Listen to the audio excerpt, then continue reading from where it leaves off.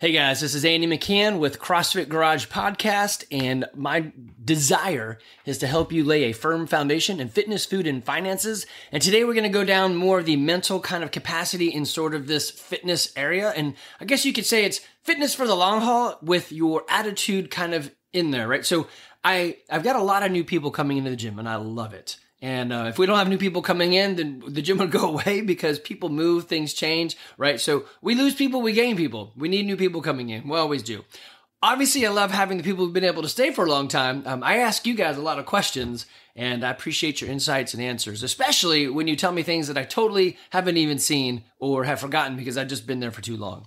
But anyway, so this question has come up a lot with some of the new guys, and it's the idea of like mindset around this idea of fitness. And it's not, there's a couple avenues of attack. So what we're going to go down this road is how to have a better mindset, how to look at this and say, okay, I am good enough. This works, right? So we've got some new people in the gym, and I want to say thank you for asking the questions. And I guess maybe it's because I'm around a lot more, doing more classes, that I get to hear this.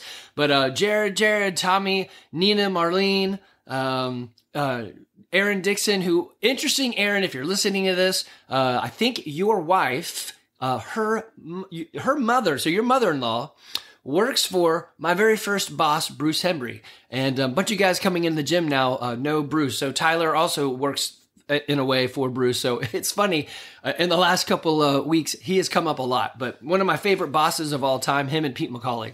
We used to be traveling sales guys. Anyway, thank you guys for all your questions. Thank you for, even my brother Charles, thank you so much for asking stuff that people are maybe a little nervous to ask, because you look at me and you see, hey, that's just Andy. He's my brother. I've known him for 50 years I guess actually right. And you ask questions that I just wouldn't normally think that would be a question. And I love it because you look at it with a fresh perspective. And I know everyone has that question. They just may be too nervous to ask. Okay. So for all of you guys out there that are just listening and you don't actually come here, this is for you as well. When you look at your health and fitness and you're thinking, hey, I don't really want to start, or I want to have an optimal mindset, or how do I get my brain and my emotions to go along with it? This is that road, okay? Man, I love technology. I could actually just pause this podcast, go help my son out, and get back here, and you guys didn't even notice. But it's sort of the point of what I'm going to go down to. So don't try to be perfect. Just try to start. Perfect is the enemy of done. Do something, right? Okay, so this is going to work for whether you're at the gym or you're local or you're out in New Zealand listening. Start. Do something. Do anything. I tell people all the time, just walk out your door, go to the first mailbox. Tomorrow, go to the second mailbox. It's a known thing that you can adjust the way you feel by simply acting in a certain manner. So act like your friends, act like you like them. Eventually you will like them. Maybe you're not going to love them, but you will have a heart change, right? Act like you enjoy it. Act like you're into doing these things, exercise, whatever, and your feelings are going to follow that. I think another good one that we've talked about in the past is changing the framework for what you get to do. And really you could use this for anything, from I have to I get to. So, for example, Evie is 15 and she's learning to drive. And I could either say, I have to put a 15-year-old in my Ford F-150 and have this tiny girl drive this massive car down these kind of smaller roads that wind a lot, from my house to her school. I could say, I have to do this. Or I could reframe it and say, I get to be part of my daughter's life. I get to be the instructor of her driving. I get to put her in a super safe vehicle that if something goes wrong, we're going to be totally okay. So you reframe that from a have to a get to, and that really helps out. Another good one that you can use is the sticky why. A sticky why is simply a reason that is really profound to you that's going to motivate you to do whatever it is. And man, it took me years to come up with sticky whys. So a sticky motto, or the idea of our gym, is we are happy, humble, helpful people who want to be healthy and fit now, as well as in our 90s. So it's a who we are, and then the why, we want to be healthy and fit now, as well as in our 90s. So how does that actually work? And why pick that? Well, the idea came up, there was a journey for these words, but we decided we wouldn't do things to compromise our health and fitness later on when we're 90. So therefore, but we still wanted to be health and fit now. So we wouldn't do things like shortcuts, like there's medicines you can take to lose fat, but now there's a lot of lawsuits going on with those medicines. There's drugs you can take to get bigger. And I'm just going to be okay being a not very big guy. A joke at the gym is, if you see me walking in downtown Woodstock, you're supposed to yell out, "Hey, Andy, you're looking mighty big. Are you on steroids?" And I'm going to say, yes, I'm not. I'm a small guy. I've always been small, and I'm totally okay with that. No problems here. To have a sticky why is a beautiful thing. My sticky why for working out and staying healthy and fit and eating smart and doing these things daily is, I want to be healthy and fit enough to coach my kids in soccer. Okay, does it have to be soccer? No, but it's an interesting picture. We played a lot of soccer. It could be any sport. It could be anything. It's the fact that I'm not on the sidelines and I am the coach. So I'm out there doing and being part of their life, not just sitting on the sidelines saying, "Oh yeah, go do whatever it is you're doing," cheering you on, and I'm the old guy and I can't help out. No, I'm actively involved. I am the coach. What does that look like? Well, it kind of looks like what I look like right now. And I need to keep that up. So I need to keep doing the things that I'm doing, expecting the same results. Doing the things you're doing, expecting different results is insanity, right? So if you think, well, I'll be healthy and fit later, yet you sit on the couch and eat stupid shit, you're just never going to be fit. You have to do something. So this is part of the sticky why. So the other one is kind of an emotional impact of, so it's my kids, because your kids don't have to like you. Your kids don't have to like you once they're older. When they're younger, I get to coach them no matter what because they need volunteers and I stepped up, right? If I'm an older guy stepping up to coach other people's kids in a rec soccer league, that might look kind of creepy. While I may joke about being creepy, I'm definitely not a fan of any of that creepiness, right? So if I want my kids to be interested in me coaching them, or my kids to be interested in me coaching their kids, then we have to have a good relationship. So it's a way to wrap in words of, I want a healthy, meaningful, desirable relationship with my children and my children's children. I want them to want me to be around. I want me to want to be around. So I put those sentences together, and I want to be healthy and fit enough to coach my kids in soccer. So that kind of paints the picture for me. It's my sticky why. Why do I show up all the time? A good one for me in the gym. Like, why do I do the things we do? The gym as a business is not very profitable. Any business might be more profitable. It's just tough. We rent out a warehouse, and then we have like 100 members, and then there's everything you have to pay for. And it's not, so if the idea is solely money, which, hey man, I get it. Without profit, there is no passion. I get it. But there is a greater good in the things you can do in the world. I could go back to sales and spend my time with people I don't really care about and selling them different things. I could sell them DWDM matrix cards. So that's for you, Tyler, if you're listening. But I don't know if I'm going to feel fulfilled.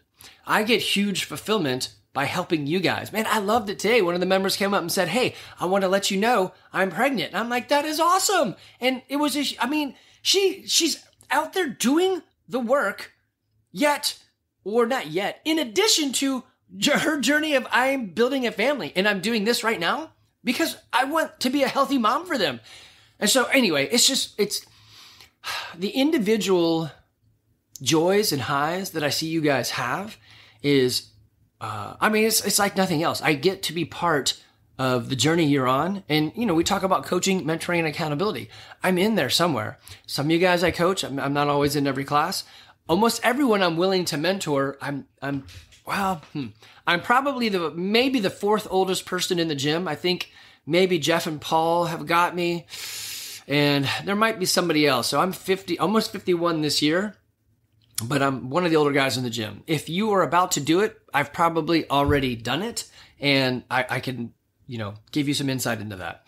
And accountability. We always hold people accountability. I want to hold you so accountable that I'm willing to pay my coaches to hold you accountable. So we have the committed board, and we have Danny will reach out. We also have some automated systems.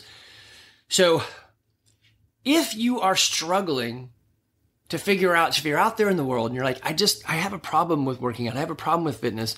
Identify what that thing is. So it could be, we talk about this in food all the time. And it makes a little bit more sense in the food analogies. So I'm going to go down this road for a second. You might say to yourself, I want to stop snacking. It's 11 p.m. and I go to the freezer and I get my bowl of ice cream. Okay. Now you need to start backing up. Why are we doing this? What is the cue, ritual, and the reward? Sometimes the cue is it's 11 p.m. Sometimes the cue is, I've been up so late, or I watched that show and they have that commercial, right?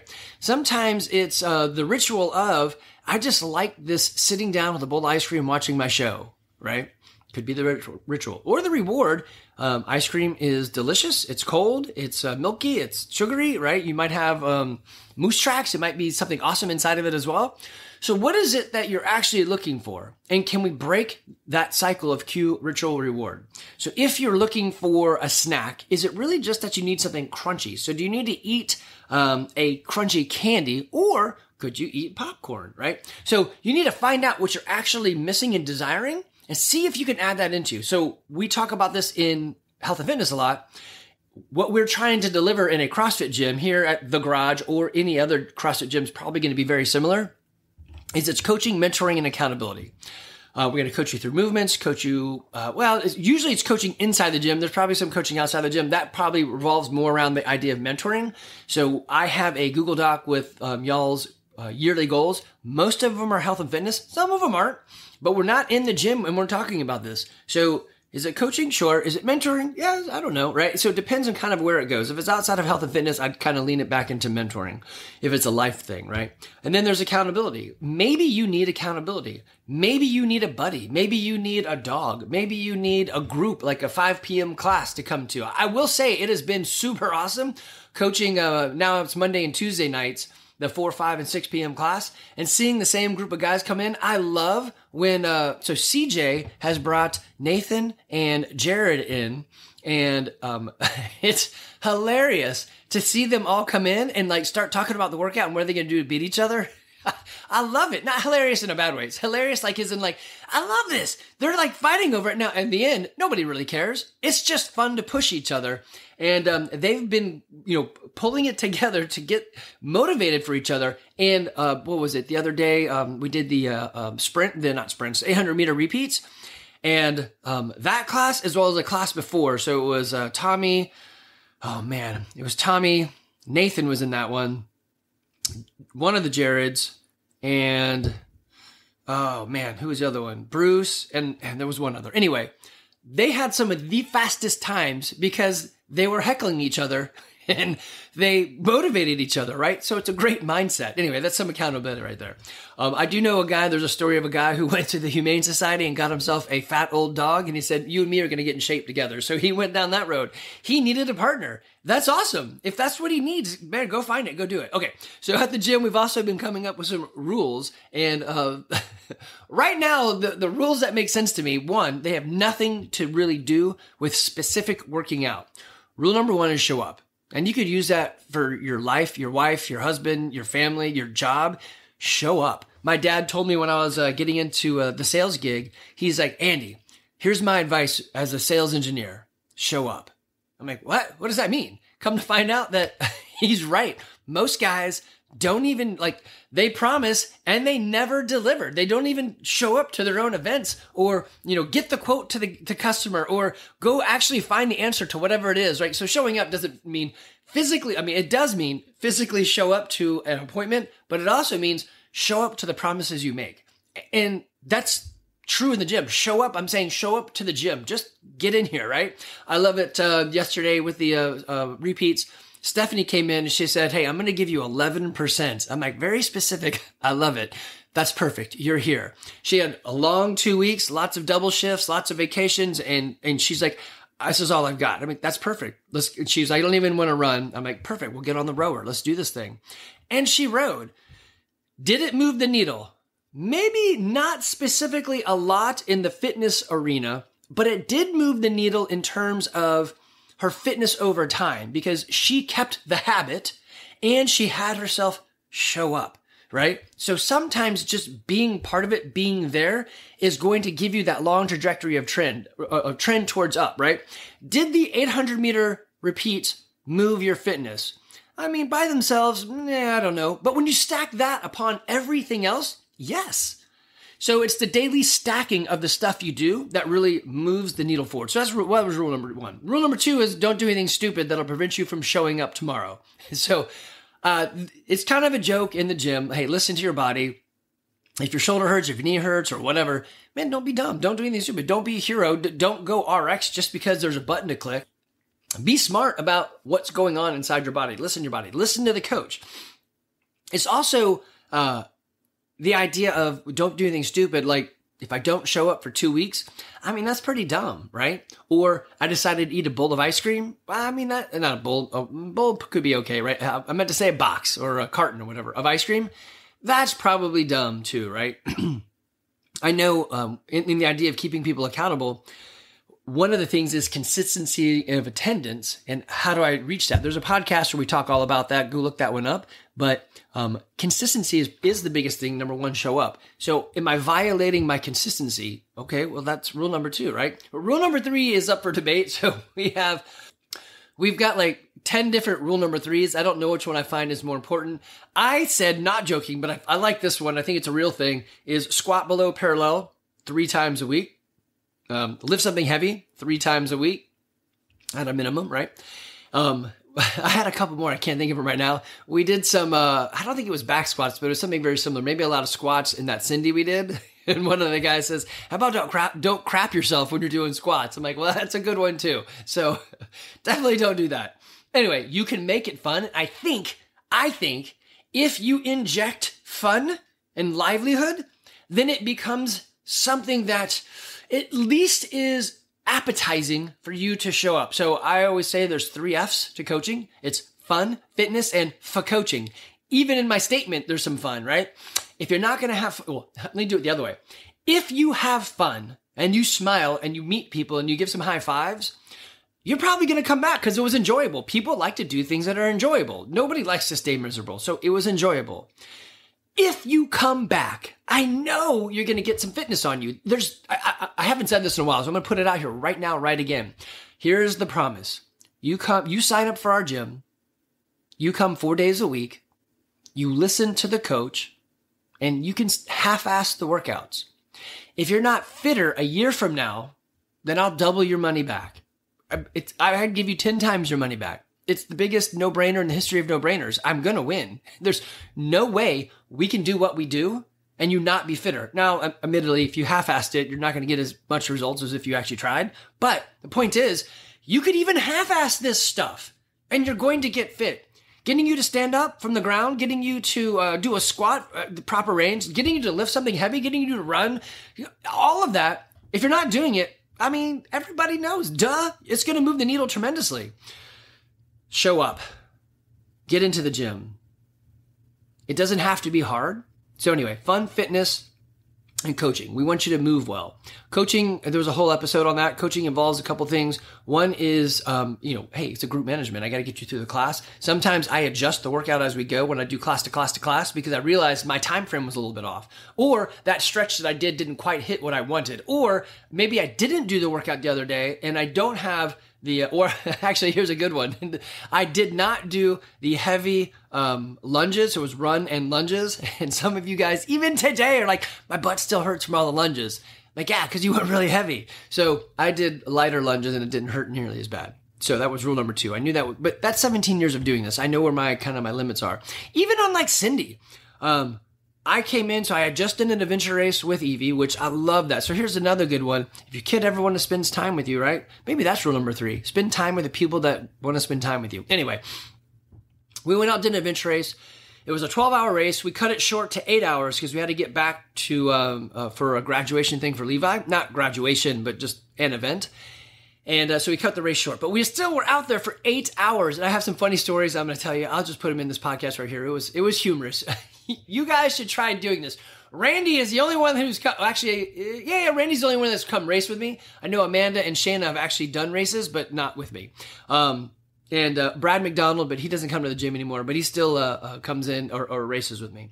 Anyway, oh man, I don't even know where I was going with that, but funny stories from the race. Oh, I know what I was going to say. Go easy. So I did this race. I came in on Monday and I'm like, I'm just going to move. So I adjusted Cindy to be 2 pull-ups, 4 push-ups, and 8 squats. And the reason was I wanted to do 2 strict pull-ups. So I thought I could maintain 2 forever. And I was right. I did. I should have stretched out my shoulders some because my shoulders hurt a lot. Forgot about that.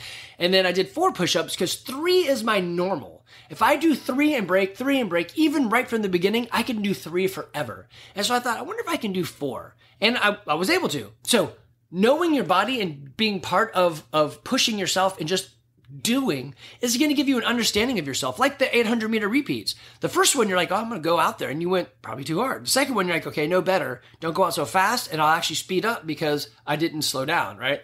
And by the third one, you're like, I hit my stride. Pretty much everybody's third run was probably their best run. Okay, so, all right. That's healthy mindset around fitness and how you can gain that. Biggest is have some fun with it. Show up. Find some accountability, get some coaching and mentoring. Oh, I wanted to show you that if you're watching the video of this, so you don't have to, well, let me first start with CrossFit because that's my thing. So in CrossFit, you can go to, what is this? Map.CrossFit or I think it's map.crossfit.com, and you can scroll in. And right now I'm scrolling in on Georgia in the Woodstock area, and you can just see the number of gyms that are around. You can find a gym. My buddy Cam said, Andy, I just dropped my mom off at the old folks home and saw people there. I never want to be like that. What do I do? I said, dude, just find a CrossFit gym and show up. They will do all the work for you. And I think it's a year and a half now that he's been doing this. I need to go ask him, have another podcast with him. But, and he's healthier for it. He even said, I am never going to change the way I eat. To the other day, he's like, I probably need to start changing the way I eat. So it has rubbed off on him, right? Anyway, if you're looking at this map, I'm scrolling in. I mean, the number of black dots, the number of CrossFit gyms is amazing. They're everywhere, right? If you don't want to do CrossFit and you're a dude, you can, everything else out there is made for the ladies. Ladies, just put in ladies fitness and you're going to find tons of places that are just for you. Guys, there really isn't anything called men's fitness usually, but there is a very cool one that I haven't done, but I think I'm going to go against my own advice and I'm going to be, whatever, let me just do this thing. So it's called F3. So if you go to f3nation.com, you can look at their map and then zoom in and you can find other men doing workouts.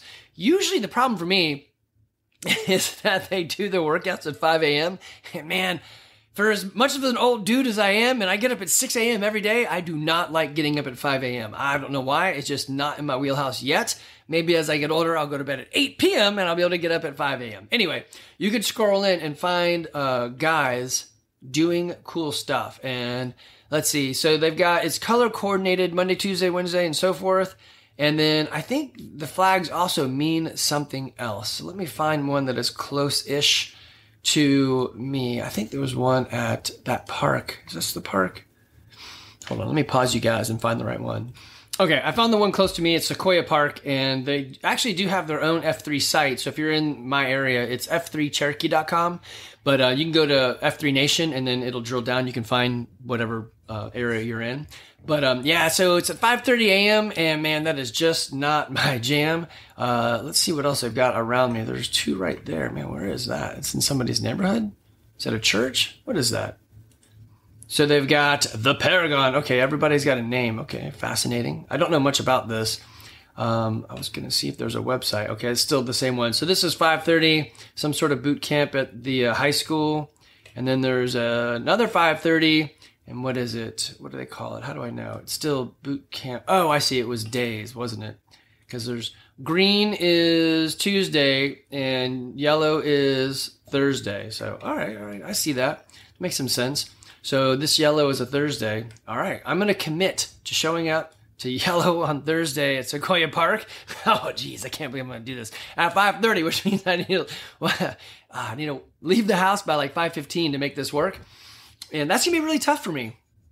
I am not that awesome as a morning guy, but I'm going to commit to it. I'm going to find other people out there and say, hey, you're not alone. And of course, they're not alone. They're doing F3. But guys, this is something you could do. Ladies, this one's not for you. It's the one thing out there in the world that isn't for you. Not that I'm against you're having your own stuff, but there's like for ladies everything. And you just Google that and like billions of things pop up. I'm pretty sure this is the only one that is just like for men. But okay, so let me pull up this. So if you're watching on the podcast or listening on the podcast, I'll just talk to you about it. But if you're following along in the on YouTube, so we're at Warrior Adventure Racing. So it used to be AR Georgia or Adventure Racing Georgia, and they do a bunch of races that basically it's a triathlon, but for rednecks. So you get a topo map, use a compass, and then you're going to mountain bike, canoe, and jog to different checkpoints in the woods. So they have an adventure racing schedule. We just did this one right here, is the Blue Ridge Adventure Race. I wonder actually if they have the results up. Let's see, how would I find that? Trails, more. Let's see, race results. Let's see what we did. The epic. Now, so Evie and I did the epic one. Let me open up that and we'll see. So, again, finding solutions, right? So Evie and I were doing a race. So she's like, Dad, I do enjoy being out there with you. It is kind of fun and it's interesting. And I like doing the map and that you don't yell at me. and we get to pee in the woods. It's great, right?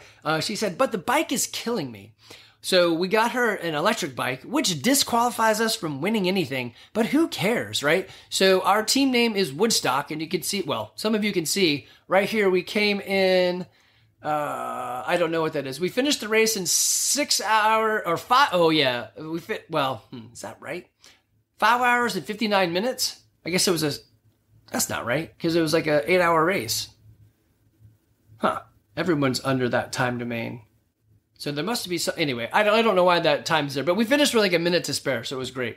And she was the youngest. Oh, there it is, 8th overall. So we got 8th overall. We're not able to win prizes because we have an electric bike, but 8th overall is not bad. And we had fun out there. I could really care less about the actual ranking. So this last race we did was the Blue Ridge Adventure Race. And we had to get back in time for Levi's graduation, so we had to cut it short. So I knew my wife was like, dude, you're going to mess this up, and I'd be so pissed. We didn't mess up. We made it back in time. So spoiler, everything worked out great.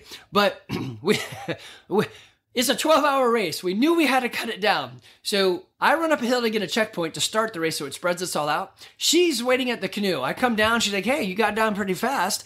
I said, well, I just ran straight down the hill. It's kind of easy when you just fall on your face all the way down. We go to get in the canoe. It starts to rain. It's like, hey, Evie, this is going to be different than anything we've done. It's actually a river, the Tucoa River. I said, but it's only 2 feet deep. So you're going to be okay. Don't worry about if we tip. She's like, we're going to tip? I said, we may tip. So I was a little nervous because she was a little nervous. I was like, we got this though, right? So we start canoeing.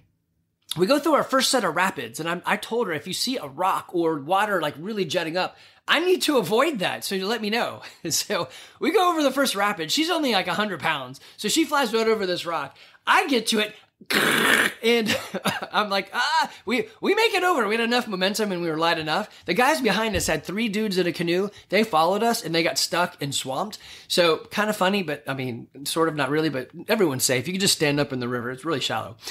So we kept going. I yell up to her. I'm like, hey, Evie, are you okay? Was that all right? Did you enjoy that? How'd that go? Like a little nervous because this is the first rapid she's ever really been down in a canoe, which is not very stable or like, I mean, it's safe-ish, right?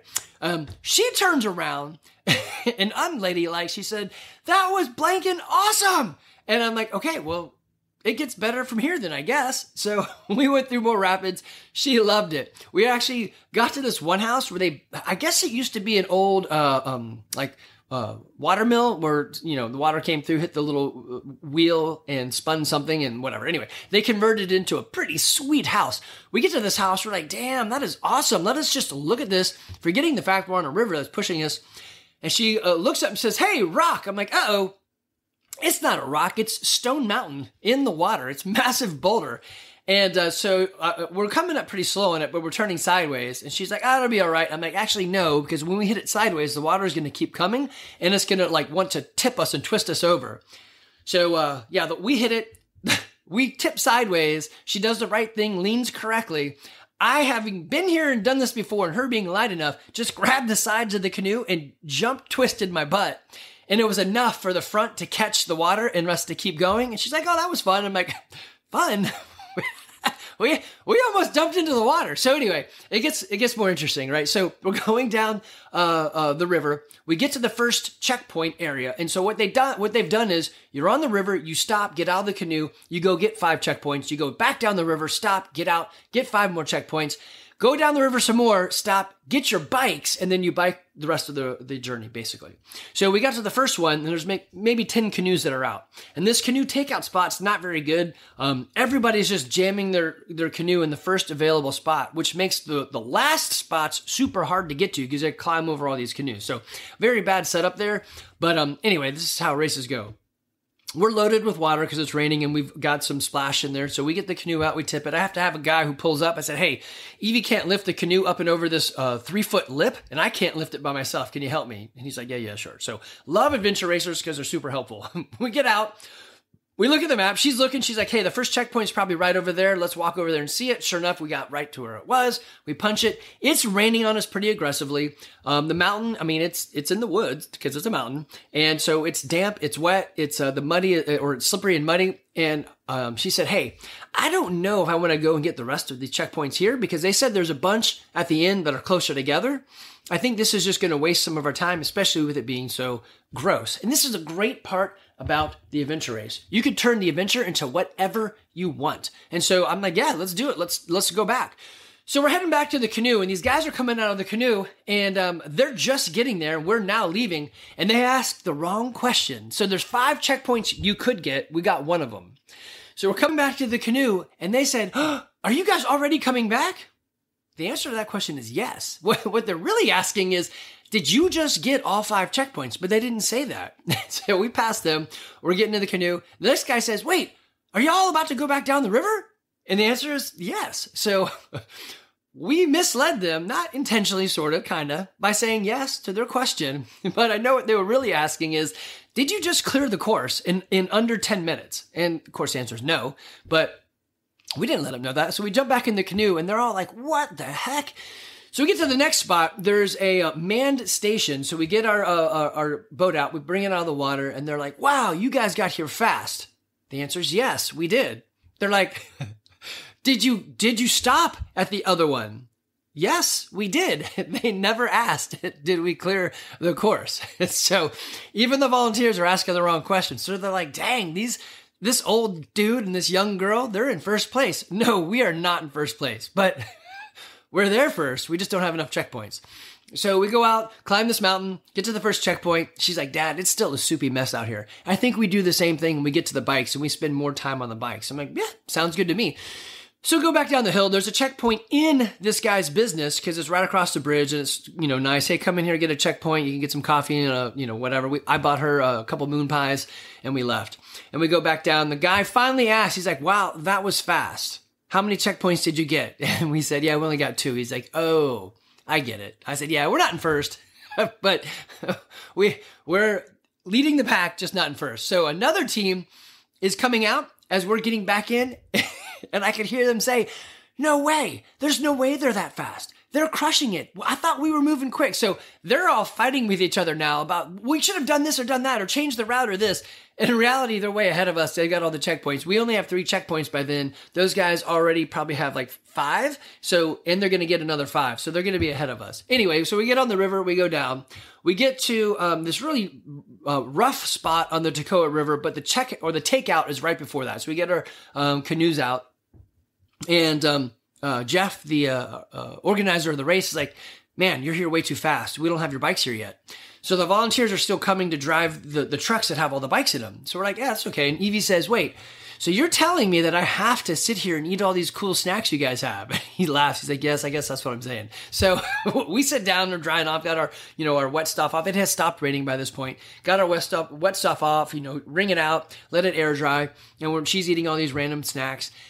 The trucks pull up. We help them get all the bikes out because ours are way in the front anyway. So we get them all out, get our bikes sorted, and we take off. So, this area, part of this area is this road called Aska Road, and we always bike this road, and it's got lots of hills to it. And if you're in a car, no big deal. If you're on a bike, holy crap. So Evie's in front of me on an e-bike, just like pedaling super easy because she's on an e-bike and I'm behind her in the easiest gear possible, just like dying. And she takes this moment to be like, Dad, tell me your thoughts about life, the universe, and everything. And of course I yell 42 and I just keep going. And she's like, no, seriously, give me some long answers. And I'm like, I can't. So she's like having these great conversations with me and all I'm able to say is, yeah, no, and as a dad, I'm thinking, I wish I could talk to you right now. These are great, like, questions. Like, Dad, how does college work? Am I going to get in? Should I take some AP classes? Tell me about that. I mean, it was good stuff. And so, to her credit and to her, like, sassiness and just stupid dad jokes, I hear a car behind us, so you yell, car behind, so we know there's a car back there and we can stay on the shoulder. And I'm, of course, leaning over my bike, pedaling my ass off, and I see her lean over her bike and pretend to be pedaling. I mean, she is pedaling, it's an e-bike, but it's an e-bike, so you don't have to pedal that hard. And the car goes by us and they wave, hey, good luck, and we keep going. And she yells back, hey, did you see what I did there? I'm like, yeah, I saw. You fooled them into think you were biking up this mountain. So, just hilarious, funny stuff that happened. At the very end of the race, we pull in. We did just under 8 hours, and this other team comes screaming in behind us, and they skid to a stop. Maybe like, I don't know, they're like a minute or two behind us. And he's like, yeah, we're first. And then the wife or the lady says, no, actually, Team Woodstock came in just before you. And he proceeds to just let loose with like explicitives saying how they tried to catch us the whole time. They thought they beat us. They thought they're ahead, and they were ahead. They had more checkpoints than us. So the race is done by how many checkpoints you get, then the time you have, right?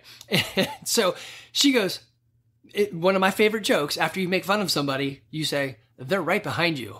And we were literally right behind us. So he stood up tall and he's like, and he just starts pushing his bike away. So good on him. They actually won. And I'm glad we motivated him, but it really wasn't that type of motivation.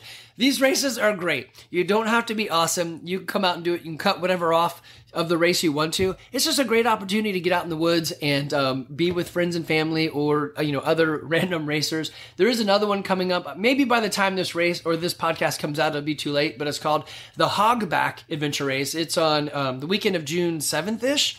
And then they've got some really big ones that I don't do. There's an expedition one out in Alaska. There's the Blairsville race, which we'll do. That's going to be August 24th. Actually, I guess I need to register for that one. They got a Colorado race, which I'm not cool about racing in elevation. That just hurts too much. Then the Cauldron, which is in Florida, but it's flat. So that is awesome if you're like, hey, I want to really try this out, but I don't know about these hills. Do the Cauldron. It's flat. It's nice and easy, and you can cut things off again. C2C is across Florida, and it's like a 3-day race, and it's tough. Oak Mountain will be in, usually he has it in like February, March time frame in Alabama over near Birmingham. That's a good one. It's hilly, but you can kind of cut out some of that stuff. And then, of course, we just did the Chattanooga Epic, which will come back around, I suppose, in April. And I did not really appreciate the fact that the Chattanooga mountains aren't really like, oh, these cool mountains. It's basically cliff-based mountains. And it just makes it hard when you're like biking or running to like, oh, damn, another like straight up cliff. So we'll probably do it again just because it was fun and it's close. But I will say the mountains are quite aggressive. So Randy and his wife did that one as well. And we had some fun stories to share on that. Okay, anyway, guys. If that story appeals to you, come race with us. If that story appeals to you, the fun of it, the adventure of it, that is CrossFit. That is could be this F3. These could be people that you know and meet. I got one of my best friends, Eddie Lent, from adventure racing. We got on the adventure racing dating app and we're like, yeah, I'll race with you, right? It wasn't that. It was before those apps came out. But we found each other on Find a Teammate, right?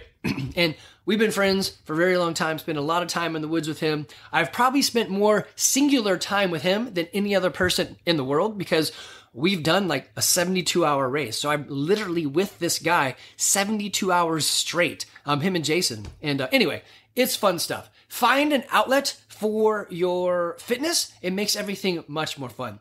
Guys, we're here in Woodstock, Georgia, and I really want to help you lay a firm foundation in fitness, food, and finances. If you're here, come to the gym, CrossFit Garage. We're just across the street from Black Rifle Coffee. If you're not here, I can help you find a gym. I've already helped a couple people find gyms that fit.